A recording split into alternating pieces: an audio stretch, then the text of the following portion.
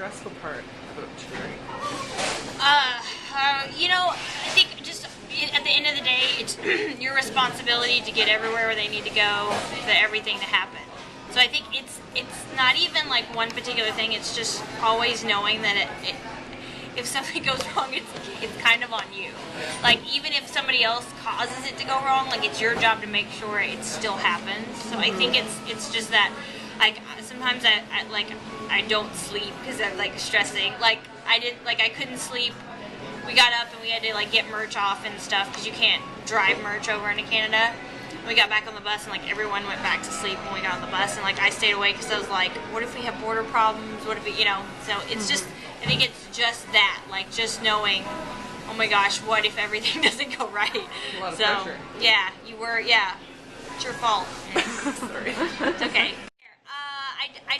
I don't think it looks that awesome right now, so but I brush it and every day, like it should be pretty nasty. oh.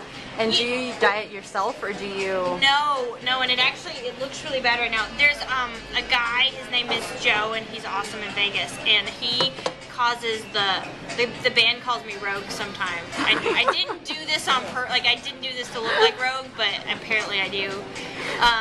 But he makes the awesome like Rogue thing happen, and none of this is I have dark blonde hair naturally, so this gets dyed like brown and red, and this gets dyed like a lighter blonde, and you know what? I used to dye my own hair though,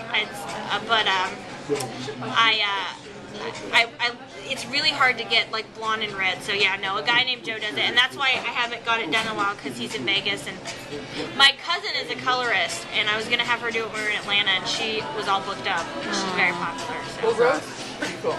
Yeah. That's a good thing to be called. And Will's nicknamed Gambit, so we're Rogue and Gambit. Gambit and Rogue. Because he does magic awesome. tricks. Yeah. Yeah, he's really good at them too.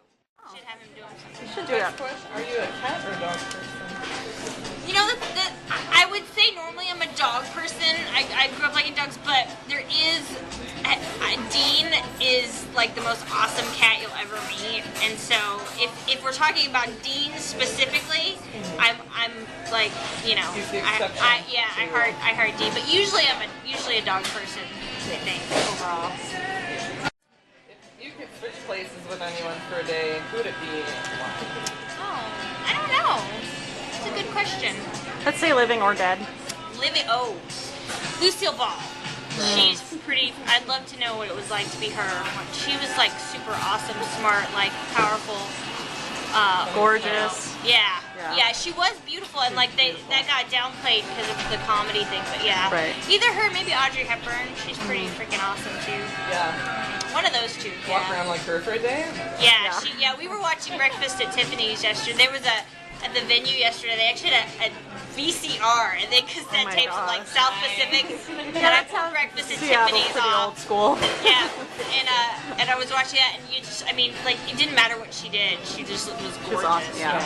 So, and My Fair Lady's pretty awesome. Yes, I agree. If you weren't a band manager or publicist, what would you want to be doing? I have to work in the entertainment business. I've tried to do other things and that didn't work. So, I've written scripts. I acted when I was younger. I've worked for film festivals. So as long as I'm doing something in the entertainment business, I'm happy. So what plays do you have under your belt then? What plays? The first play I was ever in, I played Shirley Temple in a play. And I was also in when I was 3, and I take that back. I was 5. The very first play I did, I was 3. I was in Down by the Creek Bank. Wow. And then I was in Peter Pan. I was Wendy, Myra, Angela, Darling. And I was in The Wizard of Oz, and I was in a bunch of plays, and I did some TV and movies when I was younger. I'm in the Looney Tunes movie. So you've been dipped in this industry from just start walking, eh? Yep. Since I was 3, I started ice skating when I was 3, and I was in my first play when I was 3. So Impressive. as long as I'm doing something in the entertainment business, I'm all right. I can't. I tried to work at a museum once. It was really awful. Creatures didn't come alive at night. When you were 12 or 13, who or what graced the walls of your bedroom? I think it was oh my gosh, I loved Zach Morris because I think every girl loved Zach Morris. But it was oh my goodness, what was his name? He was in like the Never-Ending Story, and he actually he killed himself a few years ago. What was his name? Oh, the Treyu kid? No. No, he was also in like I'll think of it. I'll think of it later. Let me keep thinking. He was like a skinny kid with blonde hair. Jonathan Brandis? Jonathan Brandis. That's it. Genius. Sequest. Yeah, Sequest DSP. That's what I was trying to think of. Yep. Oh, and when I was 12, I was obsessed with Quantum Leap. Absolutely. My very first email was thequantumleaper@hotmail.com. I actually still have that. I don't ever check it, so don't try to email me there. But I still have it. I'll like log in every once in a while just to hang on to it. Yeah. Like 10,000 spam messages. Yeah, it's full of like nothing. What is one thing you must have in your answer? I must have, besides my cell phone, my laptop. My laptop, my cell phone. You do like a lot of reading on the bus? In the No, drives? I try to bring DVDs with me to watch, though don't watch those often. Actually, like I'll listen to like music when I'm riding on the bus. Like that's actually sometimes how I fall asleep. So definitely, I don't know, my inhaler. Yeah, it's probably a must, eh? What kind of music would you listen to when you do that? It depends. Will and I are really into musicals. Like we went to see the Book of Mormon when we were in I heard New York. that was good. It was really awesome. It was definitely worth the $300 a piece we paid to go see it. We'll listen to the soundtrack on the bus, and I'll also listen to like Avenue Q soundtrack or Amy Mann. I really like Amy Mann a lot. That's like good stuff to listen to when you're like laying in your bunk. Yeah. Because you can't really listen to like super crazy stuff if you're like trying to fall asleep. Do you have a favorite or specific person that you feel has influenced you professionally? There's definitely a few people that have influenced me a lot. There's a lady named Lisa Hendricks, and she used to be Prince's manager, and she's kind of my mentor. And then the band's actually met her. She's pretty awesome. And she's definitely someone who I look up to, and one day hope I'm half as manager. Oh my yeah. god. One day I hope I'm half as cool as she is. So, yeah, she's Well, you have a she's good pretty start, awesome. so. Is there a celeb that if you met them, you'd be I've honestly, and I don't say this to brag, but I've only been starstruck once, and it was for Scott Bakula, who plays in Quantum Leap. And I was 15, and I was walking through the airport, and he walked past me, and I was like, that guy looked really familiar. And then I was like, oh my god, that was Scott Bakula. I turned around and he was totally gone. And I was like, so I kept walking, and somehow he ended up back in front of me again. And it was weird. I was like, he Quantum Leaped. And I did, and I always had a camera. I didn't have a camera, and I was like freaking out. And all I had, so I got his autograph. And I'm not an autograph person. If I want a photo, some sort of proof, I want a photo. Like I want a photo. So I guess I'm probably the only other person. Maybe I'd freak out if I met Dean Stockwell. I actually worked at the Cinevegas Film Festival, and the year before I worked it, he was one of their honorees. And if I had just worked it the year before, but I've yet to meet Dean Stockwell. Very sad. If you emptied your pockets or your purse right now, what would you find? One second. You would find some money, the band wallet, different credit cards, IDs, probably Ben Grobner's passport, because he loses his passport if you let him hang. He loses everything. A lighter, though I don't smoke, but the guys are always like, do you have a lighter? Oh, but they don't. They don't smoke either, though. They don't at all. No. Like odd and end sticky passes from different shows that I just shoved them into. So someone gave me a CD, or they gave the band a CD, and the band's like, oh, we want to listen to this later, and then it gets stuck in my purse. So I don't know, Sharpies. You always have to have a Sharpie. You're fully loaded. I am. You must have snacks in there too, don't you? Probably somewhere. Oh, and a camera. Always have to have a camera. If you had a week to live, what would you want? Oh, go on vacation. Sit on a beach. Make sure I tell everyone I know that I love them. More skydiving? I could go skydiving again. Sure. Try to do the ice I skate. don't know. You know, I mean, I think maybe go to see everybody I love one more time. I think honestly would be, you know, that's people are the most important things in your life. Everything else are just things. Very true. If you could pick an era of time to visit, what year would it be? Either like medieval times, or you know, like maybe like the 40s or 50s, or you know, those seem fun. I like the era I live in overall. No doubt, eh? If you could pick a city off the 100 cities where to go back to and visit, where would you want to go? Oh gosh, we just came there. I really like Denver. I didn't think I would like. I actually had to go to Denver a couple years ago for PRG, and I didn't think I was like dreading it. I really ended up liking Denver.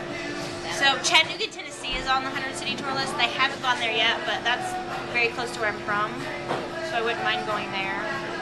And Vancouver. Oh yeah, definitely. Seattle, Vancouver's cool.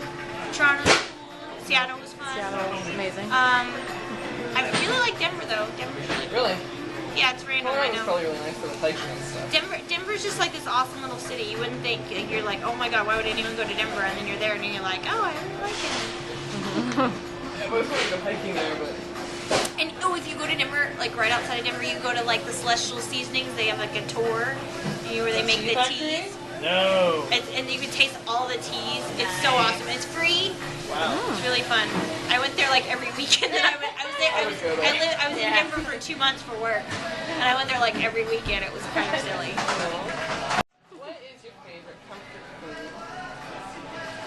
Either biscuits and gravy that my mom makes, because I'm from the South, or maybe spaghetti. Spaghetti's pretty good too. Do you like just your noodles with sauce, or do you like the meat in the sauce too? I like the ragu meat sauce that doesn't actually have meat in it.